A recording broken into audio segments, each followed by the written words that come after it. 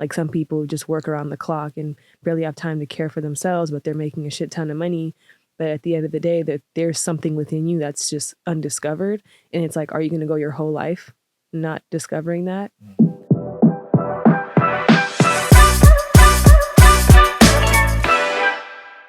What's up, everybody? Welcome to Finding a Way, the podcast for positive change. I'm your host, Jim, and today I have a very special episode with a good friend, old friend, Alem Belay. Alem, how you doing today? I'm feeling good. How are you? I'm doing all right. I'm a little tired. I'm not going to lie. It's a lot going on right now, but, we're going to make it. Yep. Thank you for having me. I appreciate thank you for being here. Thank you for making the time. You could be anywhere, so glad you took some time to be here. Of course. Before we dive into it, I know we kind of just did our formalities, but human to human, how are you today? Like, what's going on? Not gonna lie, a little overwhelmed. I've been running around, but I am glad that I made the time to be here. It's good to see you. I know it's been a minute. It's been years, so I'm glad to see you. Love the space. It's beautiful in here, and just happy to be here and just kind of chill for a second and have some good conversation. Yeah, I appreciate you for sure. Yeah. For those who don't know, me and Alem went to high school. Shout out to St. Joe's, Alameda, go Pilots. For those who don't know, because I kind of know what Alem be on, but I want you to introduce yourself, just, who you are and what you do. Okay, so I am a stylist. I will say all around creative, number one, but mainly styling and creative directing is what I've been focusing on and pushing to the forefront. I also model and also paint. As you can see, multifaceted creative, but right now I'm just pushing the styling agenda. I love it. So I remember Alem the painter, like you always had bars kind of in that medium. When did you figure out fashion and styling is something you wanted to get into? I will say right before the pandemic hit. Interesting. And then once the pandemic hit, it was like a confirmation to just go in full-fledged. I actually started off modeling, so I didn't start off in the fashion world as much. I just did a couple photo shoots. My first one was with Darren Baldridge. I'm not sure if you know who that is. Darren. Shout out Darren. He's amazing, made me feel super comfortable. Well, you said Darren Baldridge? Mm-hmm. I always thought it was B. Aldridge. Okay, I learned something already. I'm pretty sure that's how you say it, actually. I really don't know. I'm pretty sure. Yeah. So I had my first shoot with him. Made me feel super comfortable. It was crazy because I literally hated every photo, but that was just like a self-confidence thing, just diving into it head first, not really knowing what to expect. Right. But once I started shooting more, I realized that my heart was in the production side and not necessarily being the muse, because I loved dressing myself, picking the colors, background, whether we had set design or not, really just getting the whole creative vision translated on set was really what I love to do. And so that's how I got into styling and creative directing. Yeah. What would you say drew you to the arts in general? Because you've always kind of had that, skill of painting and drawing. Was that something you noticed early on, or was that something that you kind of honed in on and developed over time? So my first introduction to the arts was when I was 5. My dad put me in a art class down the street in East Oakland. And it was like this really old lady who kind of looked like the wizard and had this like long velvet cape and was like super cool. Always had incense. Had the incense burning, and we do all these different exercises every day with like different medias. And so she really drew me in through that course. So when I was 5, I did that. And then I went to the Junior Center of Art and Science when I was 8 and officially took classes there. Where's that at?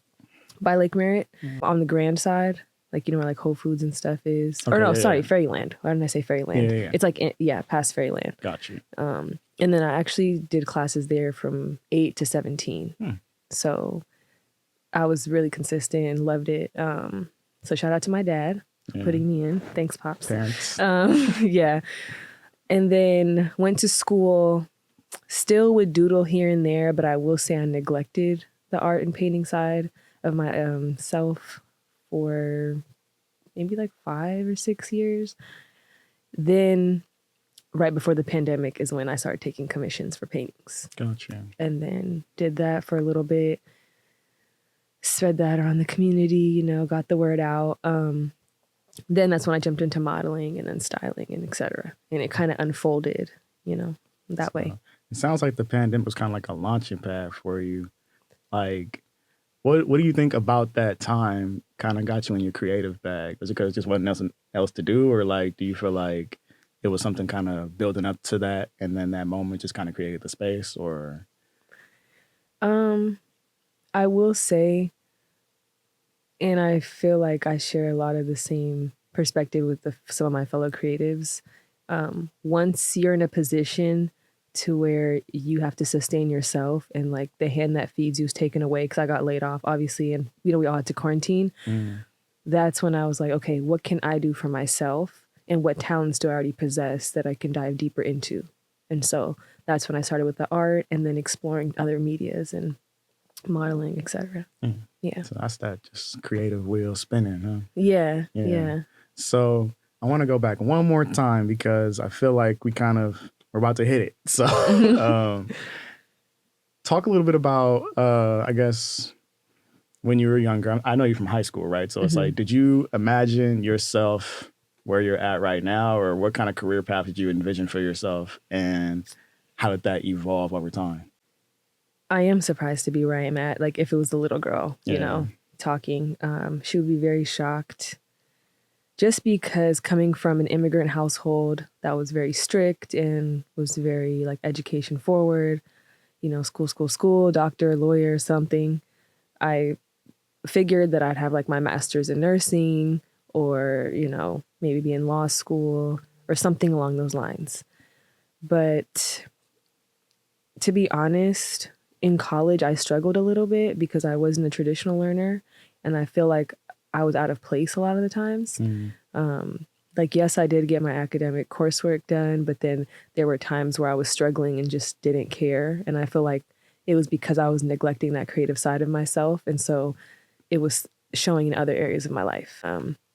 But I feel like I'm right where I'm supposed to be honest. 100%. Yeah.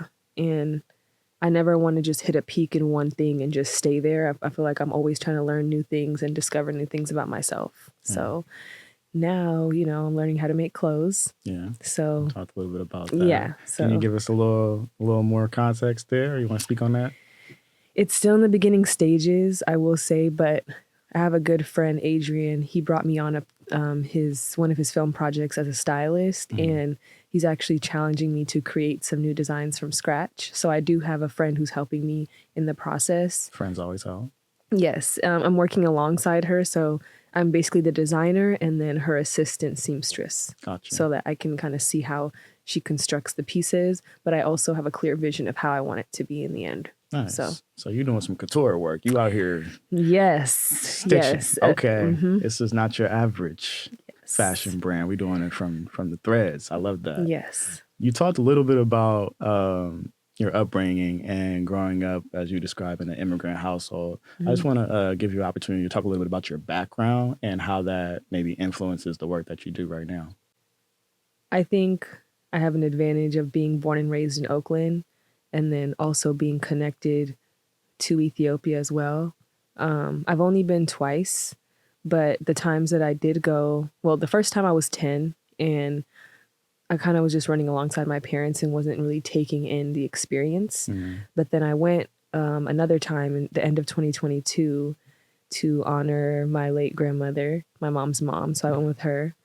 And it was such a spiritual experience. And I feel like at that moment or during that whole trip, really, it was kind of showing me more of my culture and in more ways that I can intertwine my Ethiopian culture and history into my artwork here. Because I feel like because I was born and raised here, I identified more with the Black culture here and didn't dive as much into my Ethiopian history. So it was easy to kind of get lost in that. But ultimately going as an adult really shifted my perspective on like who I am. And I think I'm still discovering that till this day. But I'm actually currently working on how to intertwine the two in like future artworks, because I did take a break from painting for a little bit. And so now moving forward, I do want to create a series that is a tribute to my family and family history. I love So, that. Yeah. Right on. What was something that you really enjoyed about that trip, or something that stood out to you as really memorable? It was when we went to the countryside. So I spent the majority of the time in Addis Ababa, which is the capital. And so my aunt had a house there and we spent time in the city. But we spent 3 days in Gondar, which is more of, you know, like mud houses. And I'll say they're not as fortunate, you know. But they seem to be the happiest, you know? And so that put things into perspective for me in terms of how important your daily routine is, your necessities, and like your health. Like those are the main things. So as a creative, I feel like those are the things that fuel me. Like if I don't go to the gym, I feel like I'm creatively stagnant. You know, if I'm not taking care of myself and tending to these basic necessities, everything else kind of just gets thrown off. And also they taught me just to be appreciative of the little things, you know, because they've had opportunities to move into the city and they've told my mom, like, no, we're happy with our life here, you know? And so that was just a big eye opener for me.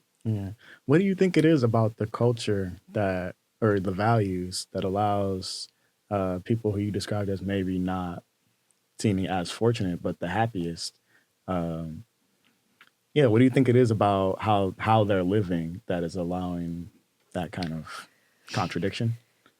I think or versus it's maybe their... I'm sorry, go ahead. No, you're fine. Yeah. I think, and I get what you're saying. I think it's the connection to their spirit, because the more connected you are to spirit, the less you see value in the tangibles in terms of like all the material things. Like, yes, you need like food and water, but like outside of that, you know, outside of your basic necessities, outside of, you know, the sunlight, you know, walking on the dirt, just being grounded, like everything they do, I feel like just keeps them closer to spirit. And that's where their true happiness and fulfillment comes from.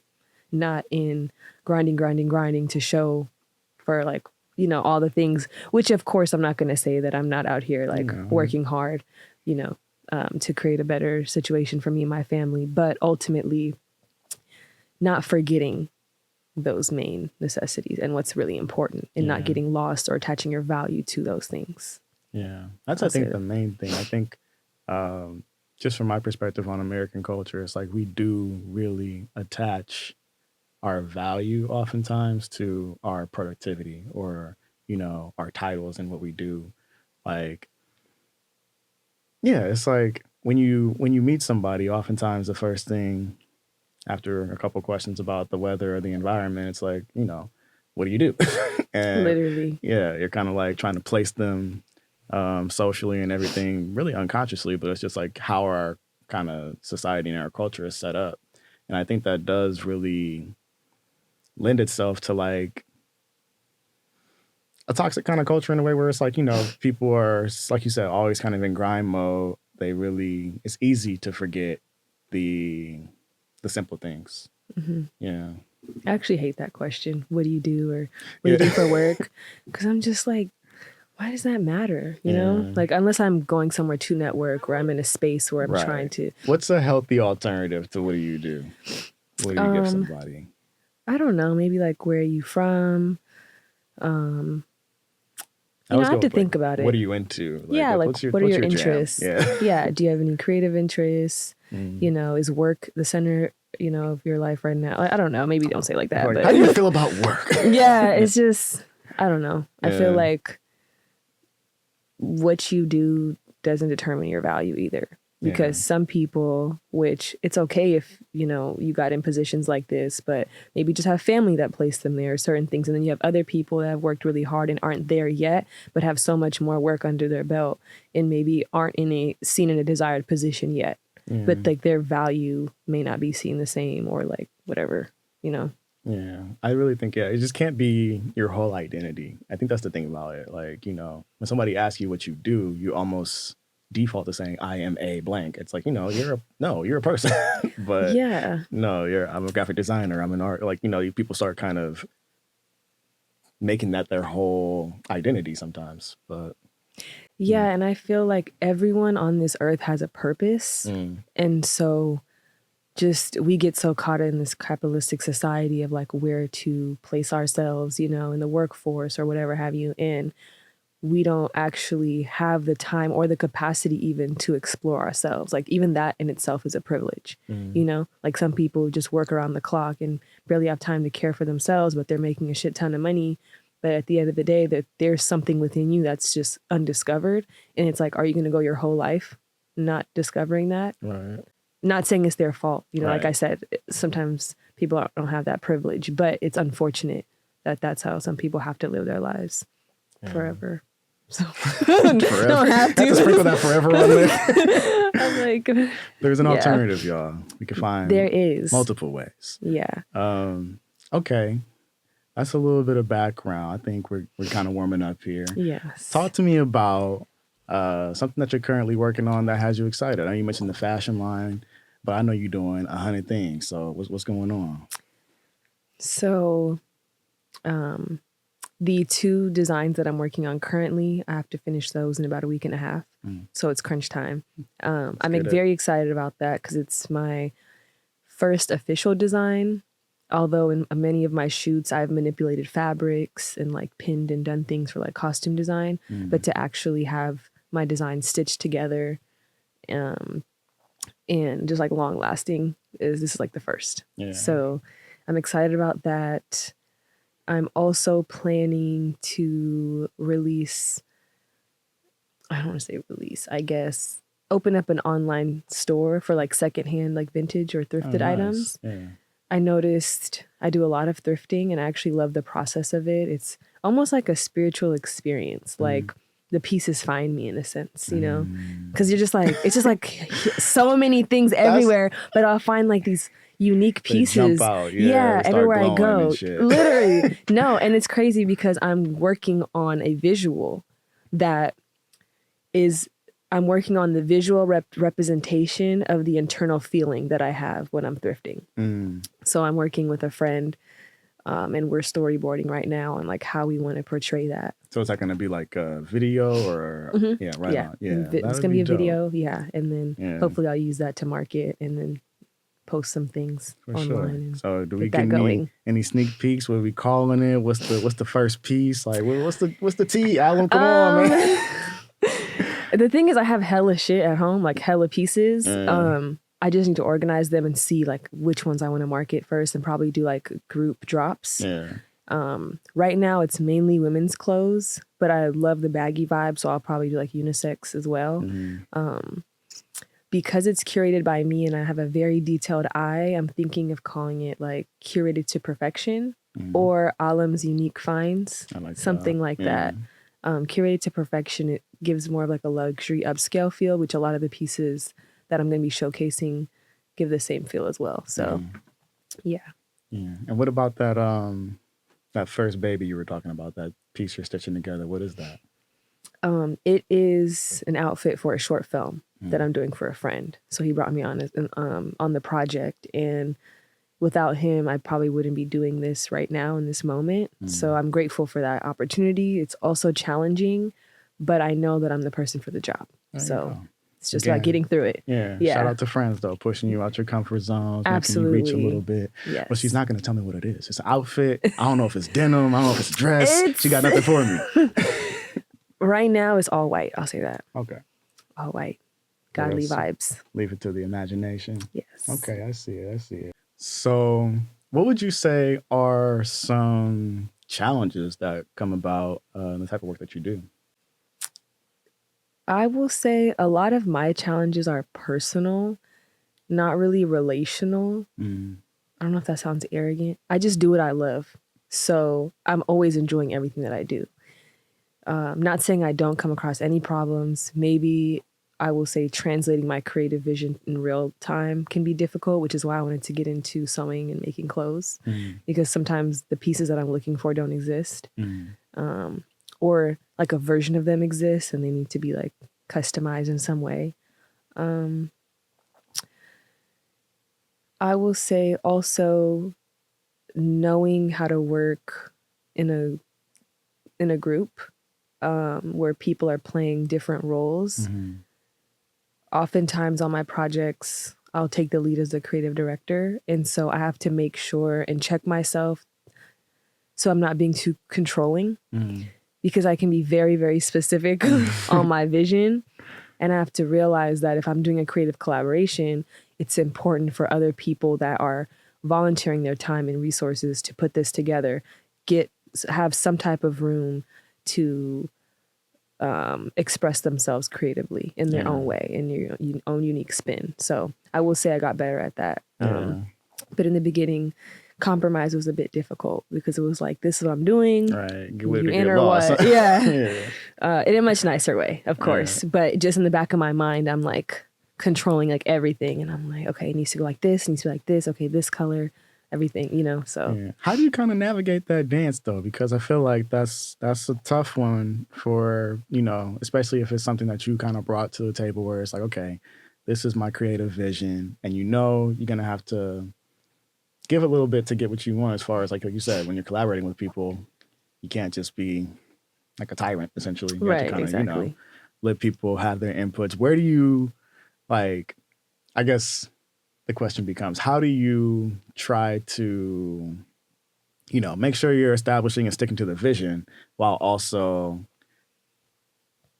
I guess, like when do you draw the line? Does that make sense?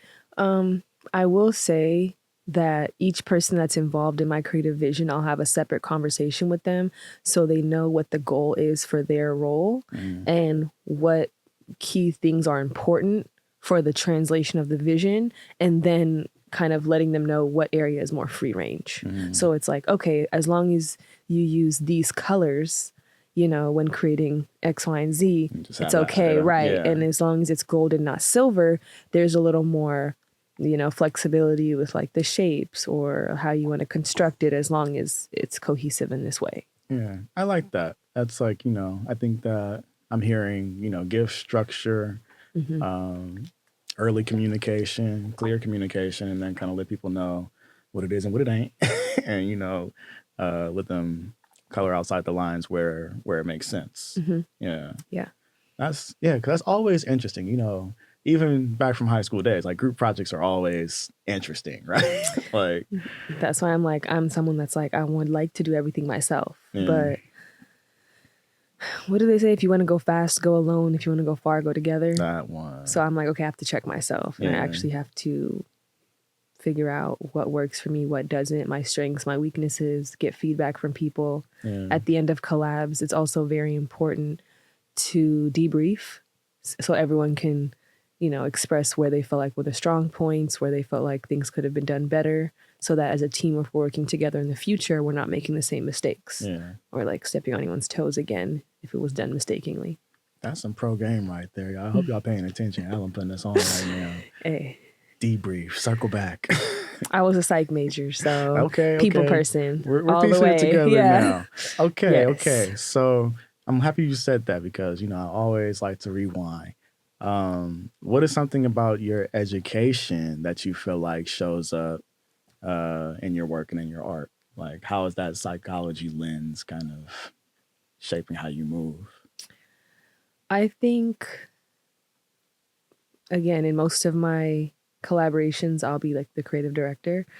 And so as a leader, I think it's very important to know how to navigate those spaces and deal with different personalities, and also be very observant about who you're working with. And so you know how to approach each person. You have to be like a good coach. You got to know what player you know, needs what. And it's like everyone that I work with is amazing at what they do, you know, so they don't necessarily need my help. But when it comes to this creative idea I brought to the table and its execution, that's where I feel like I have to provide the proper guidance. But again, and then also working on trusting everybody to do their part. So, which I do. Yeah. You know, just the control thing kind of like clouded my judgment a bit in the beginning. So I got to hold myself back. Like, but it always seems like, you know, just based off my Instagram reel that you're always having a good time with the people that you're working with. Like you guys seem to have a really good rapport. Absolutely. Absolutely. I love everyone I work with.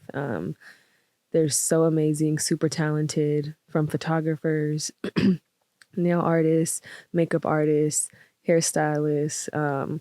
They're all really good at what they do, and they're all thriving separately. And so we're all strong in our fields. And so when we come together, it's like we knock it out the It's park. like the Avengers. Yeah, literally. No, literally. Yeah. I love that. Yes. So I know this is always hard for creators or, people that are doing good work in general. What is one of your favorite projects to date, and why does it jump out to you?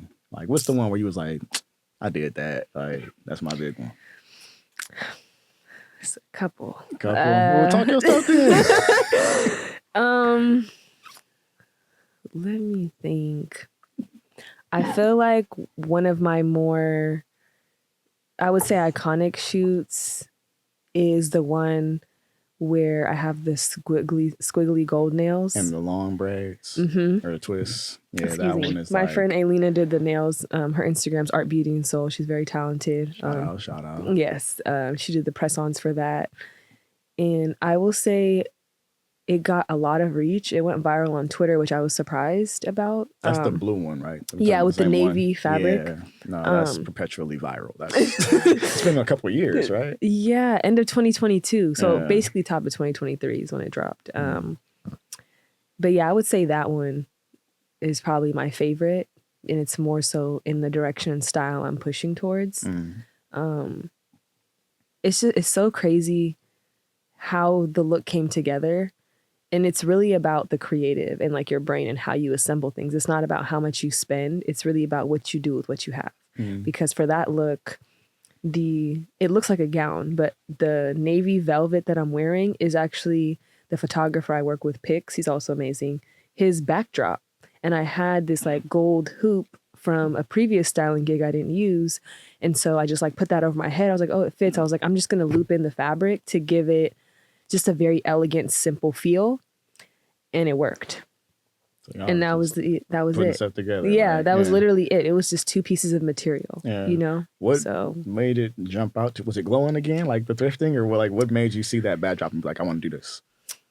I don't know. I spent a lot of time at his studio and just kicking it with him in general because he's a good friend of mine. And I think when we were discussing the look, I like went through his backdrops maybe. And he has a series of paper ones that just roll out, but that was folded up with like other fabrics. And I was looking at it and I was like, well, it looks really elegant. I feel like I could use this. And that was like kind of the start of me using fabrics and manipulation and things before actually getting into designing. I guess that is designing without knowing it. I was just like, I'm just throw this on and put this with this. The process. Yeah, it kind of just unfolded organically. I can't even say the step by step. Yeah. It just ended up being that. Sometimes that's just the way the best stuff happens. Like, they say, I'm sure that the first alley-oop was an accident. Like, it's just, sometimes it just works out that way. Yes. That's dope, though. Okay. Is there anything else that you feel like you want to kind of highlight? Oh, I know there's something that you might not even speak on because you're just so humble, but you just had quite the weekend, I think. Oh, can we talk about it? I did. Yes. No, I was like, what is he about to say? Yeah, I got the opportunity to style for NBA and Kia. That was amazing. It kind of came last minute, to be honest. Yeah, how did that opportunity come about? So we actually shot it week before Christmas for All-Star Weekend, because there has to be, y'all know a podcast post-production, you got to make sure everything's right. Well, you said last minute and then you said Christmas, so my brain is like... No, okay. The opportunity came about last minute. Got you. But I didn't work on it during All-Star Weekend.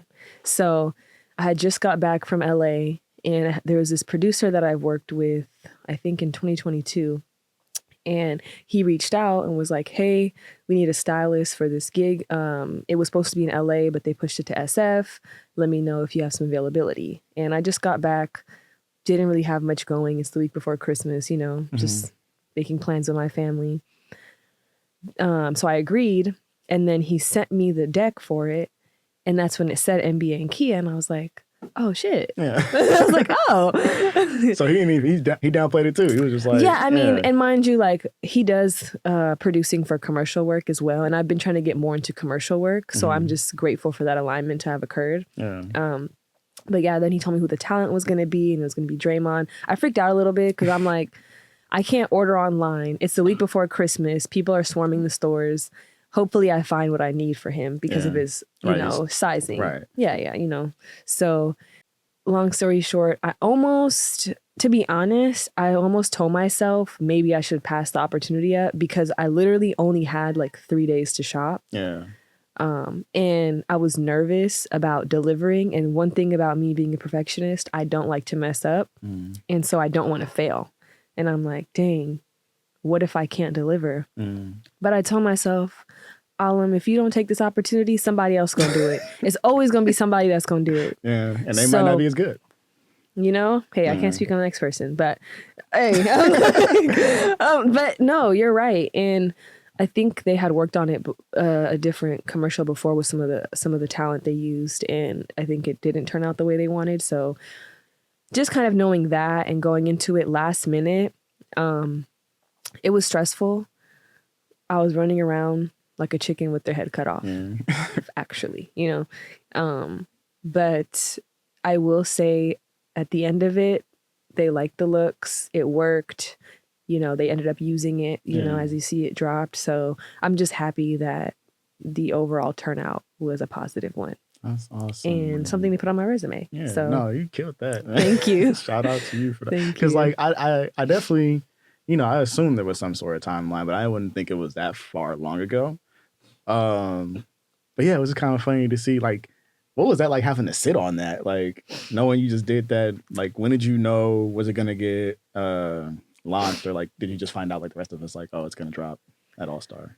Well, I kind of was bugging the producer. I was like, hey, can I post my content? I made a BTS reel. Like, hey, like, hit me back though. Right. Like, did you talk to Kia? Are they going to drop it? And then once All Star Weekend approached, I realized I was like, duh, it's for All Star Weekend. You know, I should have put 2 and 2 together.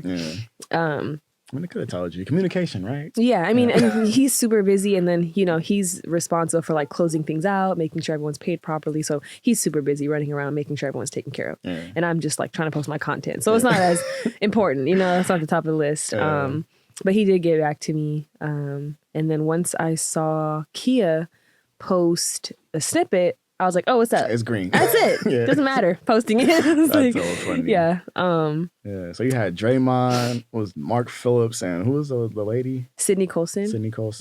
WNBA, right? Yes. She's with the Aces. I don't know if she's still with the Aces. Right. But at the time. It was hilarious, though. You guys got to definitely check that out. If you see the Kia Telluride. Telluride, that one. Yes. But yeah. No, I think what you said, though, really resonated with me because, like, you gotta shoot your shot, especially when somebody is demonstrating to you that they believe in you. It's like, even if you airball that hoe, you gotta shoot it. Like, that's something that took me a long time to kind of recognize. And, you know, I'm always making basketball analogies because that's my entire life. But I was really, really afraid to miss. Like, I would put in hours.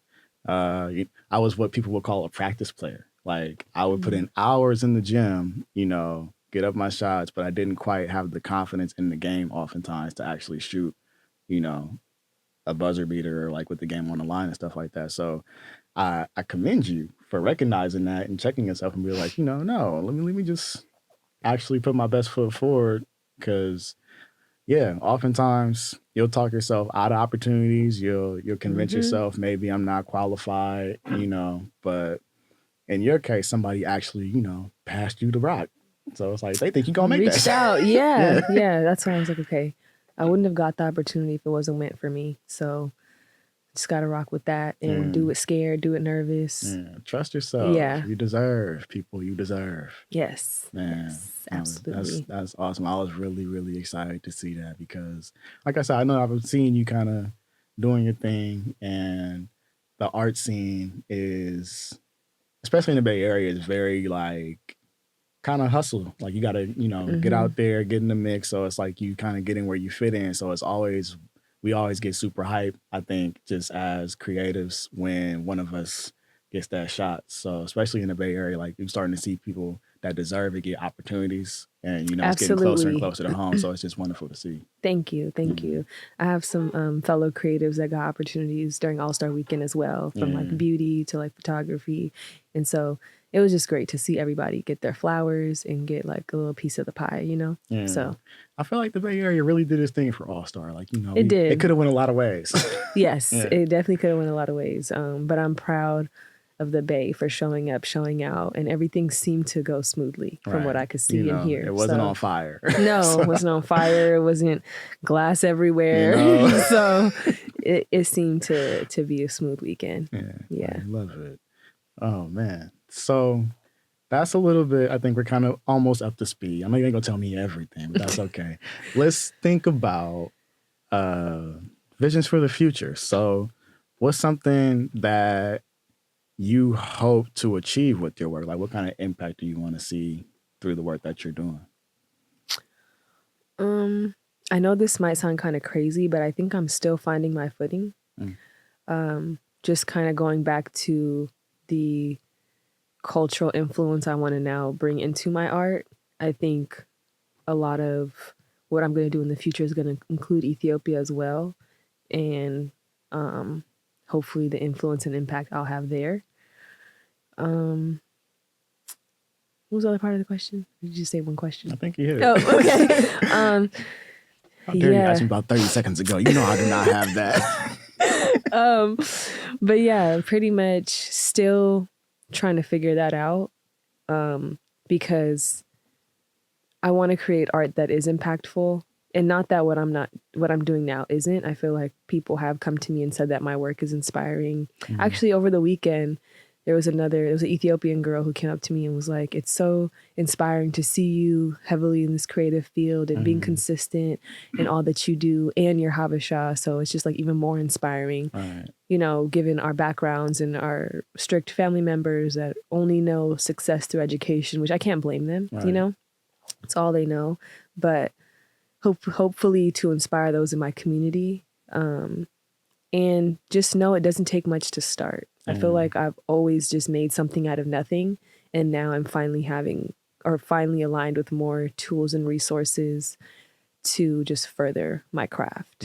Yeah. I think that's the dope thing about, creatives and artists. It's like you could start wherever you at. And then, I always think about those people that like play drums on the little buckets and stuff. Like you gonna make it happen if you want to make it happen.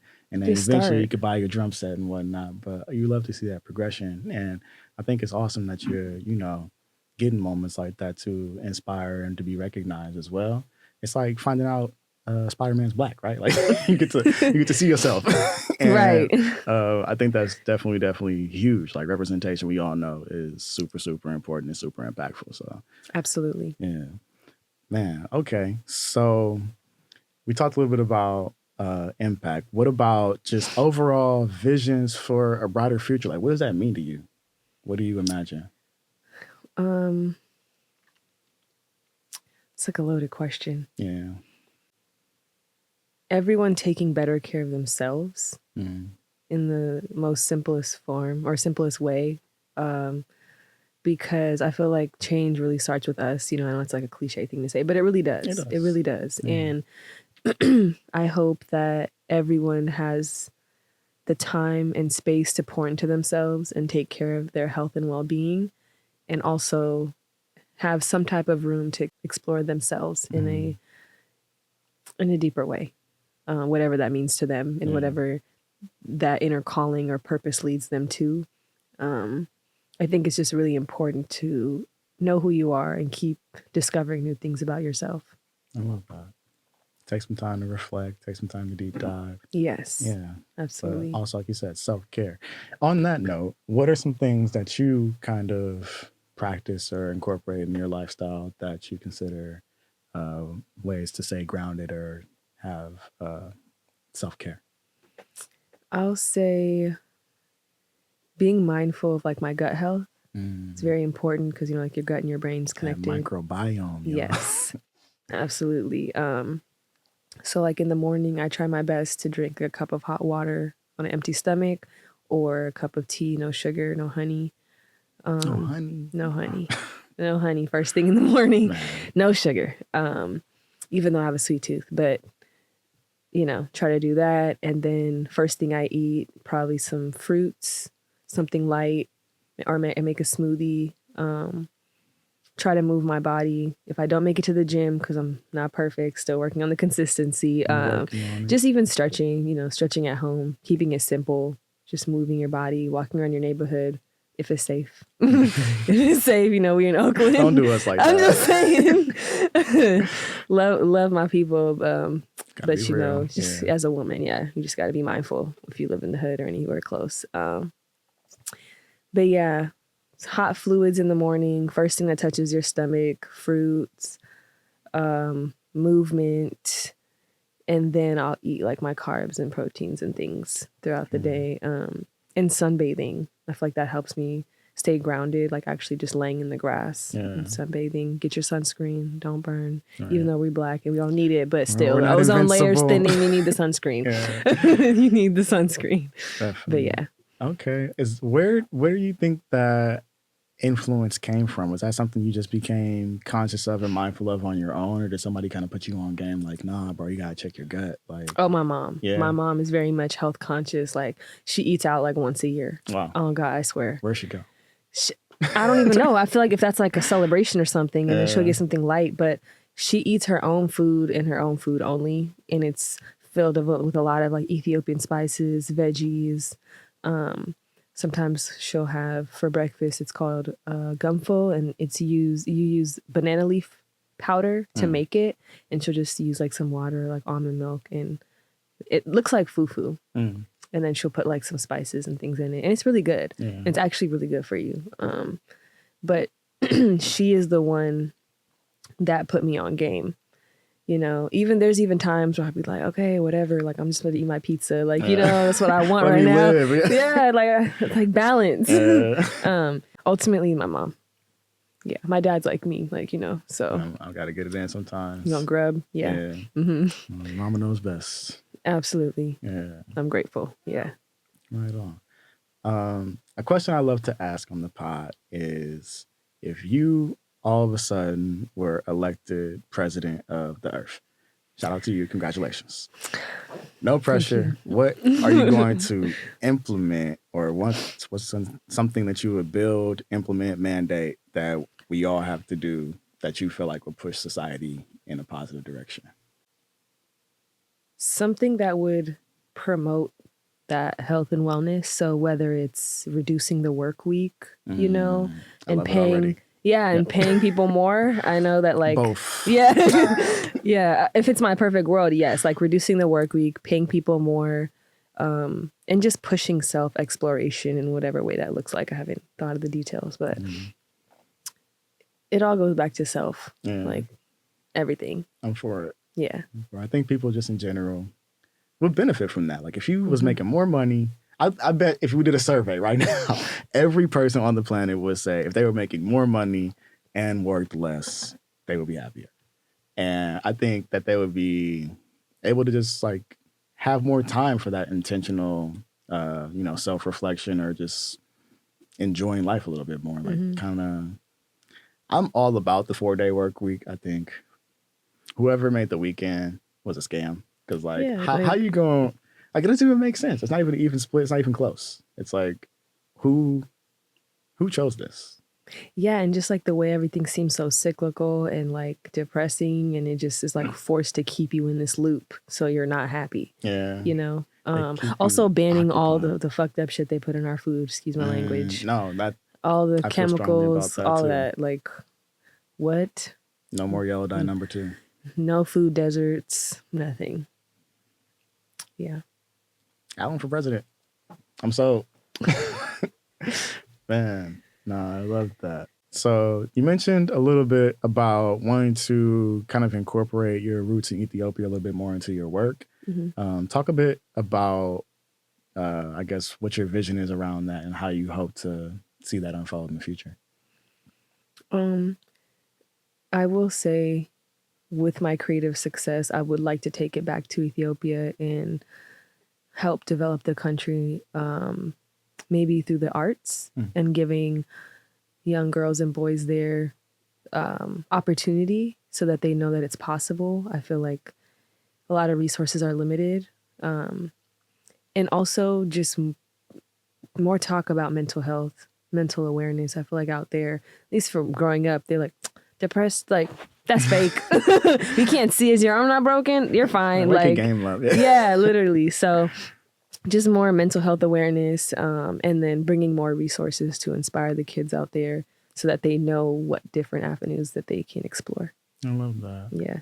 I love that because I feel like, especially when it comes to the arts, from what I've observed, my very limited knowledge, is that there is a deep and rich culture, like when it comes to like art and artistic style. I've just, always kind of seen that even from like, like those kind of more biblical paintings and stuff like that to Yes. just how that's evolving. So I would definitely love to see that kind of full circle for you. That would be dope. Kind of on that same, I guess, line of thinking, I feel like when I see your work, especially the ones that I feel like you style and model, I noticed that there seems to always be some sort of like homage in a way, like some sort of like element of heritage and culture, but then you also have this kind of like really futuristic style swag to you sometimes. I almost look at it like an Afrofuturism kind of thing. Is that something that you dabble in or identify with at all? Interesting, because I didn't think of it like that, but futuristic, I guess, yes, a little bit. Maybe I just haven't thought of it. I'm thinking of the one like specifically with the shades, or like you had like the... Was I wearing blue? Yeah. Oh, okay, yeah, I looked like I was like on Mars or something. Something like kind of that, like yeah. a rock. Yeah, that one didn't have a clear vision going into it, but I knew I kind of wanted it to look otherworldly. So I guess, yes, like you're right to have interpreted that from it. But I am trying to add more of that cultural element to it. So yeah, I guess like Afrofuturism is something that I am inspired by, and I think I'm still just discovering the layers of myself that I want to express. Yeah. I don't know. Not to put you on the spot, but how would you kind of describe the style that you are going for, or you feel like your work embodies? I would say the direction I'm going towards now is more of like Renaissance feel, just with like my love for thrifting and vintage fashion, as well as just having many talents as well. They often talk woman. about Renaissance man, right? I feel like I might just start branding myself as a Renaissance woman. I love that. And yeah, just continuing to juggle my passions, and pushing that cultural narrative, as well as having that Renaissance feel, that kind of like olden, wise kind of. Are you feeling like, is there any Beyonce in there, or like what kind of pushed you there? She's a very, very talented vocalist, but like I'm not like a super crazy Beyonce fan. You're not in the Beehive? No, I'm not in the Beehive, but I'm outside the Beehive cheering her on. I'm just don't come in our comments. We will block all y'all. She's cool though. She's still cool. She's amazing. No, she's amazing. Beyonce. She's amazing. It's just like, yeah, I love her. I love her music. But she didn't invent the Renaissance. No. No, all right. no, Okay. no. I was going to say that. I had to ask. Yeah, I feel like the series of projects I've created up until this point have kind of revealed that to me, more so than a single person influencing it. Just more so studying myself and seeing what I gravitate towards and what's consistent and what's a ringing theme, and like learning myself through my creative expression. So kind of a red thread that's landed us here. I love yes. that. That's awesome. Every creative knows that there can be ups and downs. There can be writer's block. There can be moments where maybe you just don't have it. Like, like you said, most of your problems are personal, not relational. So like sometimes you just not in that mode. What are some things that you do to keep yourself inspired? I feel like if I'm sitting stuck with developing a creative idea or whatever I'm working on at the moment, I tend to just go outside. I feel like a lot of my inspiration comes from the world around me. Sometimes I'll go for a walk and I'll see a shape and it might inspire a composition in my brain that may then lead to, a color theme that leads to then the development of a whole nother idea. I think it's important to take breaks and live life so that you can be inspired.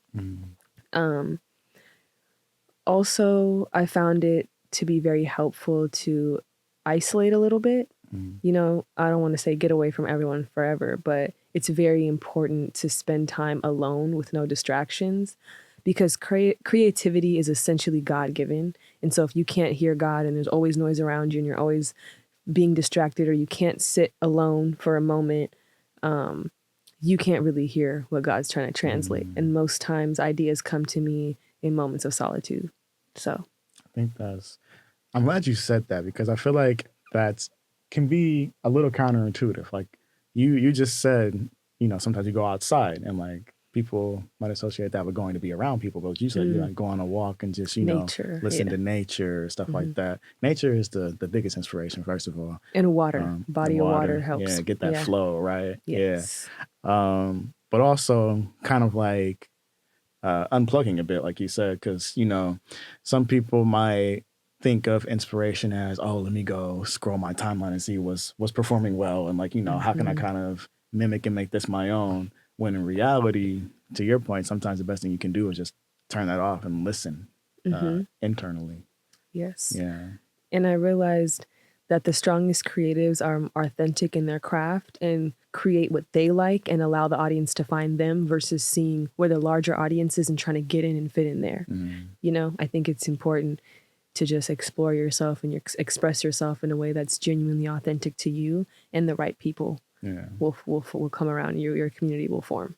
It's unavoidable, man. You don't got to play the algorithms, play your song, play your game. Yes, definitely. Absolutely. I love that. Do you ever fear or feel like you might run out of ideas? Because I follow you and I see you're very prolific. And I think a lot about a quote I heard from Russell. I'm kind of answering my own question. I don't even know if I'm asking you anything, but we going. Where it's like, he's Mr. 10,000 shots, right? And he's like, I'm going to drop an album a day just because like I love it and you can't stop me because I'm independent. Do you feel like you kind of resonate with that? Or are you more of a Lauryn Hill, like I'm going to just drop it one time and then you might see me again on a feature? I very much resonate with La Russell because the second I get an idea, I want to execute it. Now, I do have a bunch of ideas I haven't acted on, but when it makes sense, I'm very much go for it and drop it. It's crazy, yeah. Yes, I have a few things in the tuck. Haven't developed them yet, but when the world is your inspiration, I feel like it's just never ending. And creativity is God-given. So I feel like if you put God first and taking care of yourself and putting yourself first, those things flow, as long as you are actively being consistent and doing the work, because manifesting, and praying is one thing, but then actually being consistent and doing the tangible work. Right? Yeah, exactly. You have to do that part too. But I never fear running out of ideas just because I see how my mind works and the way that I'm able to draw inspiration from like even the simplest things. Yeah. So I like that. Something that La Russell also said was like, I think in that same clip, he was like, I could be making this up honestly, but it seemed like he was saying like, there is no kind of like fear of running out because once you do something that could like even trigger something else, like you can inspire yourself just off of something that you just maybe threw out just to get out of a rut and stuff like that. Yes. Well, no, he did say that because I heard that when I was just kind of in my perfectionist mode and not wanting to fail. And he's like, you need to hurry up and do this part and mess up because then that's what's going to inspire the next thing that may be something more like up your alley or something you're more proud of, But if you're not putting in that work and constantly working, you're not going to know what's on the other side of that. And that can be an idea, that can be a person, that can be opportunity. It really doesn't, you just don't know, So get out your own way. Yeah, exactly. Yeah. what's something that you hope that we as people can find a way to achieve in your lifetime? It's a tough one. It's all good. Have you thought about the answer?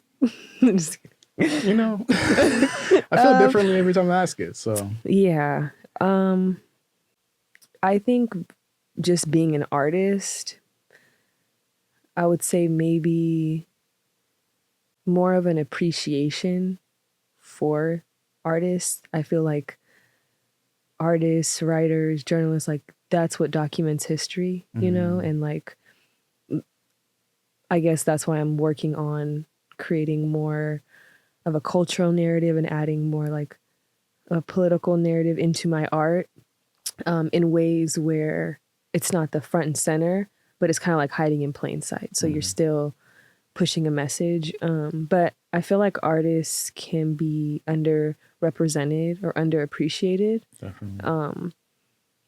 It's a lot of work that goes into what we do. So maybe just more respect and more maybe just shining a light. Yeah. More and more appreciation for artists. Definitely. I would say as one of the things, because like I said, everything goes back to self. So I could always highlight that for like every question, because eventually, like I feel like everything does go back to self. But I'll say more appreciation for artists. Yeah, I definitely agree with that. I feel like I saw a post or something like that that said like, you know, it's interesting how art has kind of landed where it is, I guess, and you can think about the social factors that contribute to that. Like you talk about grind culture, capitalism, whatever you want to call it. That kind of prioritizes ROI and like some sort of productive outcome. But if you think about, you know, some of the first natural things that we do as people is doodle and draw. If you give a kid a crayon, you don't got to give them school. They know what to do with this piece of paper and this crayon. Then, you know, if they hear music, they start dancing. Like, it's just like, that's really something that is deeply, deeply human and like really, really woven into our nature that we've kind of sidelined and barely commoditized. Right. Like, it's like, you know, it's not even really valued as highly as other products or services. Or fields or paths. Yeah. Yeah, I think it's very interesting because, like you said, that's almost like second nature, right? To kind of explore that artistic side of yourself, especially as a kid. And also, when you're a child, that's like the closest you are to the purest version of your spirit, Right. you know, before socialization comes into play. And you have to learn how to conduct yourself, how to, of course, everything, like there's things that make sense for a reason, but just overall, the things that we put value in, we're definitely socialized, Yeah. you know, to believe those things and think that way and prioritize one thing over another. It's funny though, because it's like you said, there's certain things that we should grow out of. Like, imagine if you went to the airport and every adult person was screaming like "Frida" like a baby. No, like, yeah. you can't cry on the airplane. We got to grow out of that. Yeah, but like, yeah. don't grow out of your creative artsy side. Like, right, you know. right. That's like in psych they talk about like the id, ego, and super ego. And like as Educate the kid. us.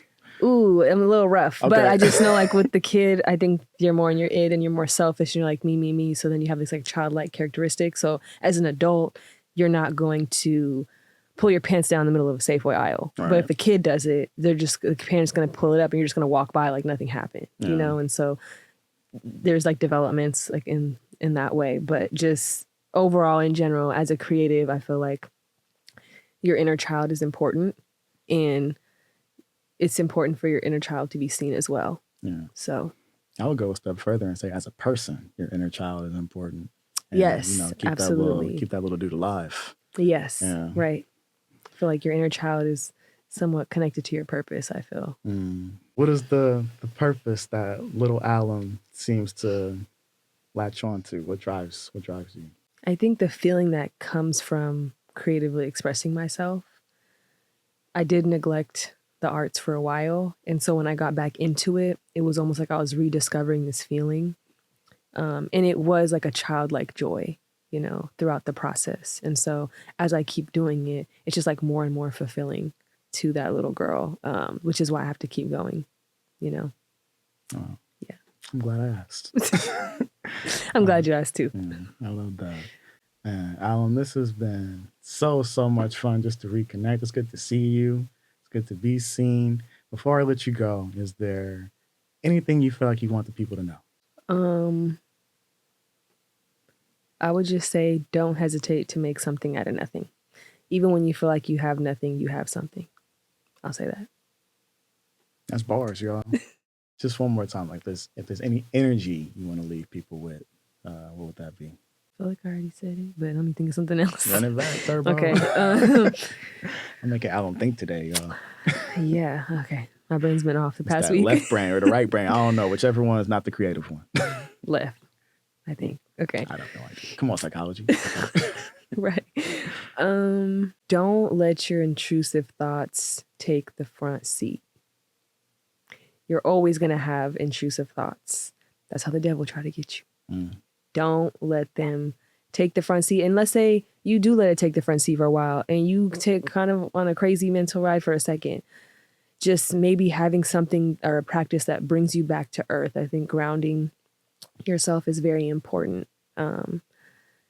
But just like there's good times, there's bad times. You know, you can't appreciate the good without the bad. So those thoughts will come and linger. And especially nowadays in the age of social media where it's like constant comparison.